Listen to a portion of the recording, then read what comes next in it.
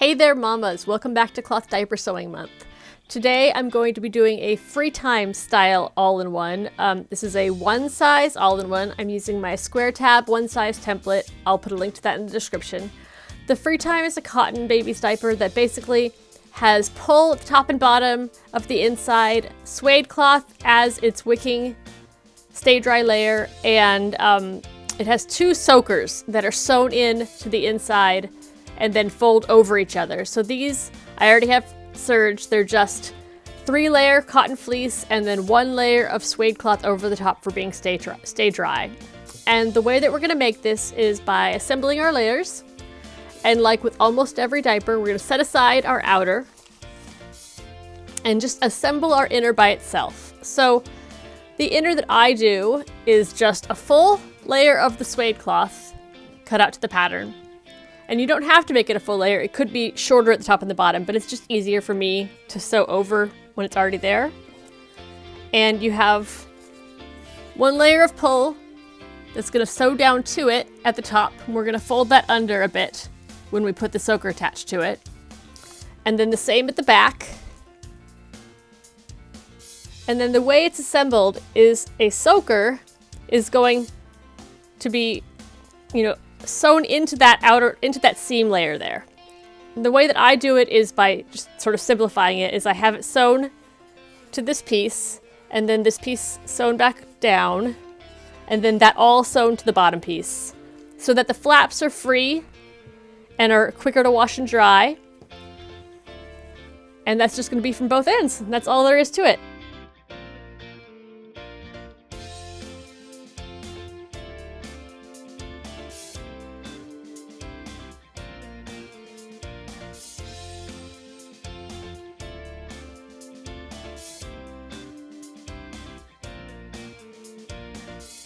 And once those are sewn in, you're just gonna fold this back up.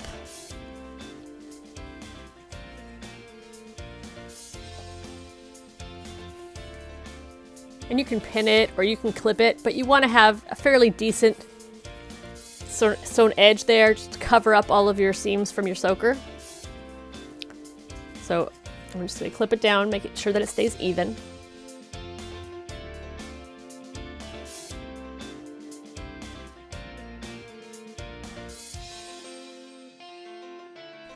And then you're just gonna prep them both like that and sew them both down.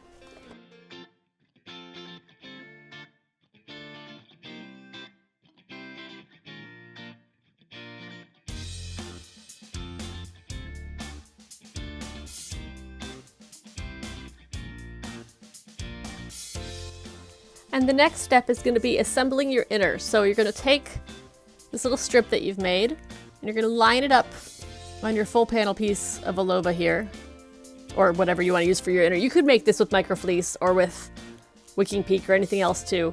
And the base layer does not have to be a wicking layer. This could be regular anti-pill fleece on the bottom, as long as you do either a natural fiber cover or don't have any topper. So if you wanted to have this be just exposed cotton or exposed bamboo or whatever as your soaker, and then a layer of regular anti-pill fleece as your inner, sort of like an all-in-two shell, and then the pull, or not even the pull because it wouldn't really wick because anti-pill fleece wouldn't wick. You could do this all with a anti-pill fleece inner. I'm just doing it similar to theirs, and theirs uses a Alova or a suede cloth variety. So that's why I've done it this way, but you really don't have to. So you can line them up like that, and you can clip it in place.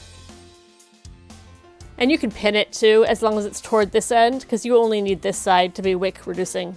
That's why the pull's at the front entirely. So one thing I do like to do to make sure things don't pull because of the weight of the soaker is I like to put a pin, like a safety pin, through right at the place where the soaker pad is attached to the Alova here.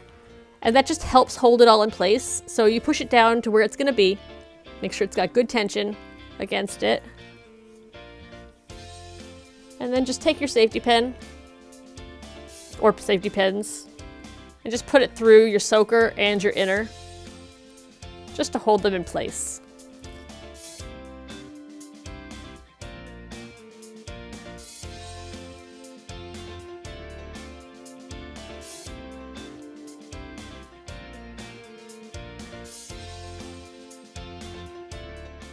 And mine doesn't have matching thread, so it's kind of ugly, but you know, if you're using matching thread, you won't even be able to see it. So now you've got your entire inner assembled. You've got your flaps for your soakers. And what we're gonna do is we're gonna just pin them down here in the middle so that they're out of the way when we assemble the outer.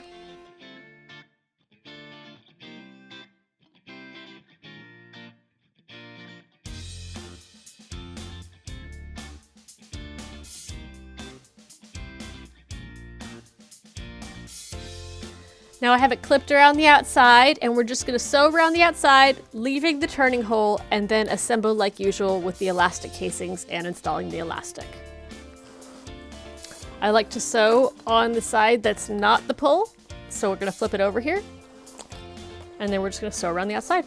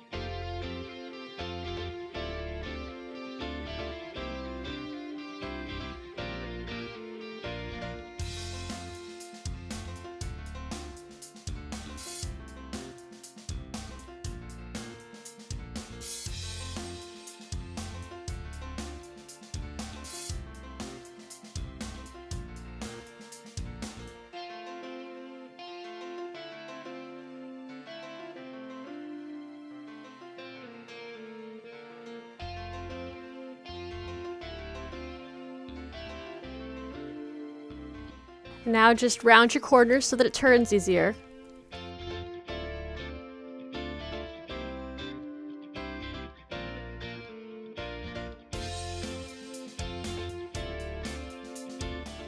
And this is where I like to compare my wings, make sure that they're fairly even. And now we just turn through a turning hole.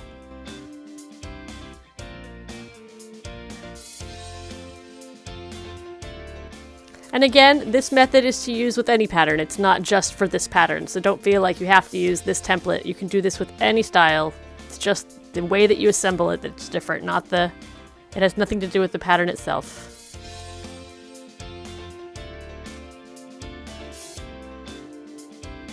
And you're going to be sewing your elastic casings just like you always do by pushing your inner just inset from your outer a little bit so that you don't get the wicking in their clothes.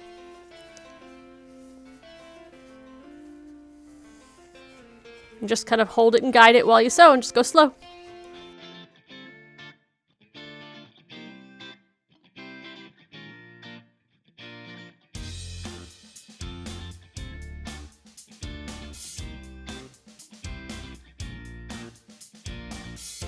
So I've done both my side elastic casings, and now when you're doing the back one, you do want to make sure to clip it, because since it's the pull and you've got the 3 layers here at the back because of that little liner, it's going to be, you know, fairly round. And if you want it to be a nice even casing, you're going to want to kind of push it tight and then clip it every so often.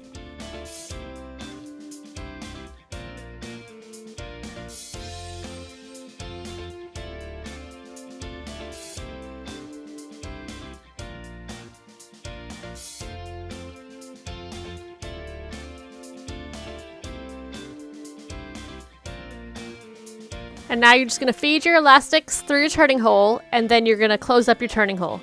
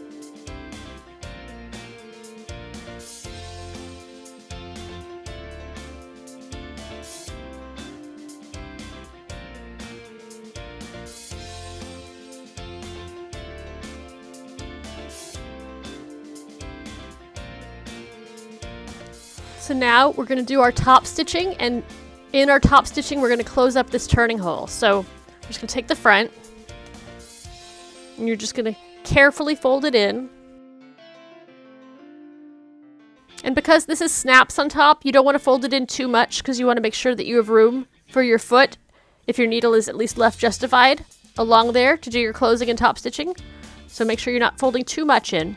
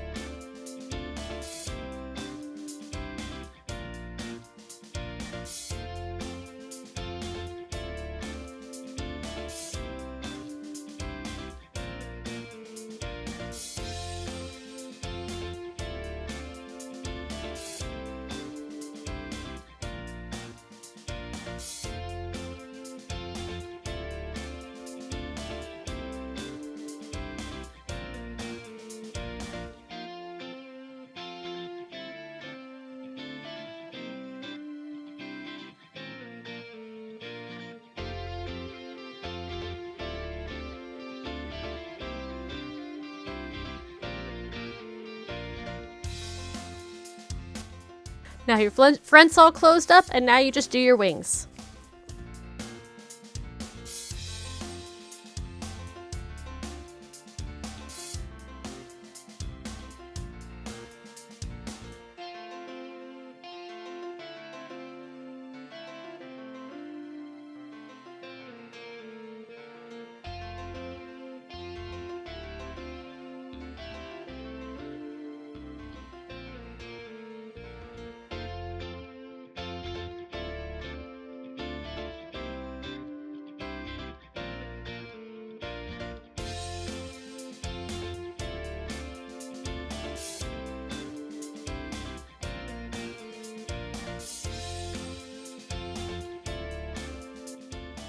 And now at this point you can do your optional like creases to make it obvious where to fold the soaker, but you don't have to.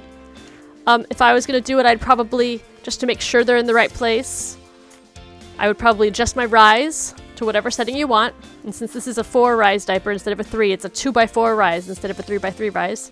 You can adjust your rise, just tuck in like that. And then you want to see, where does that soaker now need to go? It looks like it needs to go about there, right? So you would just sew across at that line.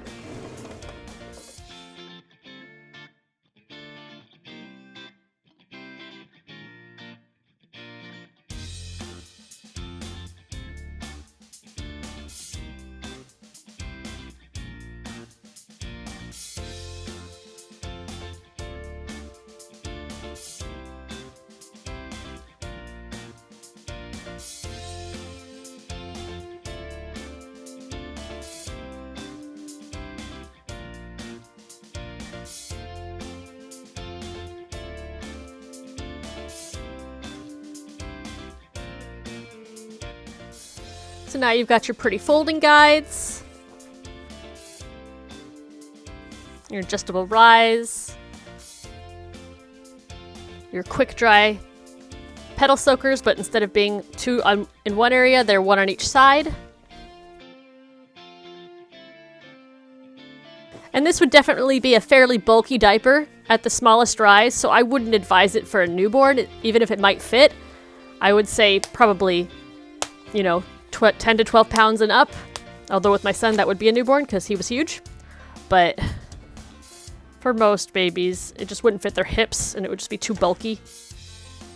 You could do this with a newborn to small size pattern and just make the soakers narrower and smaller.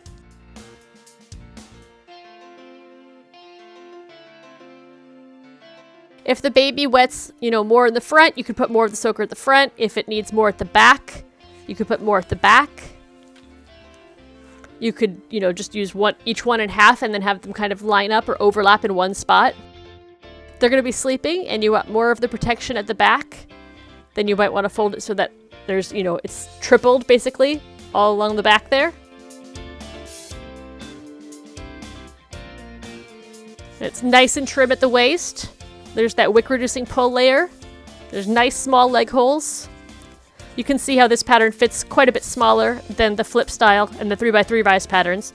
Part of that is also just the way that the elastic casing is.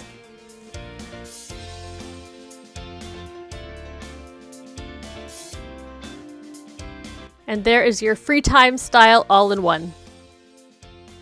Happy sewing!